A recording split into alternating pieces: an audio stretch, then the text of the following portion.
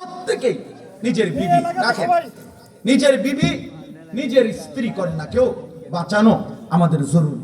আল্লাহ আমাদেরকে হেফাজত করেন, ফিরবার চেষ্টা করেন। আমার কথা হইল, আমরা আগামী দিনে ইসলাম নিয়েই থাকতে হবে। বাঁচলেও ইসলাম, মরলেও ইসলাম, মরলেও ইসলাম। আল্লাহ আমাদেরকে কবুল করে নেন। সর্বশেষ কথা হইল, আল্লাহ তাআলা বলেন, ইউখাদিউনা আল্লাহ ওয়াল্লাযীনা আমানু ওমা ইয়াখদাউনা ইল্লা আনফুসাহুম ওমা ইয়াশউরুন।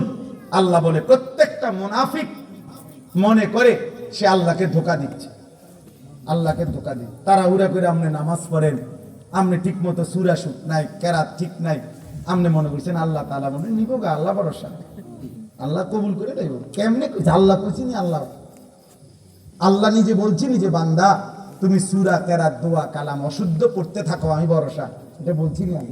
তো আপনি আপনারা কে কইলো ভরসা? চালাক, উনি চালাক, উনি মনে করে আল্লাহ বুঝতো না। নাউজুবিল্লাহ, নাউজুবিল্লাহ। আল্লাহ বলে, মুনাফিক মনে করে আমাকে ধোঁকা দিচ্ছে, মুনাফিক মনে করে প্রকৃত ঈমানদারদের ধোঁকা দেয়।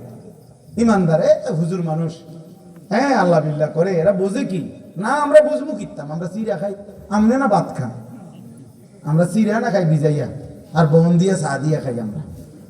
আমরা হুদা ভাত খান, আমরা বুঝি না। আমরা বুঝবো না কেন বলেন? বুঝবে না কেন? ঈমানদার বুঝে না, কথা বলেন না কেন? নামাজি ব্যক্তি বুঝে না, একজন আলেম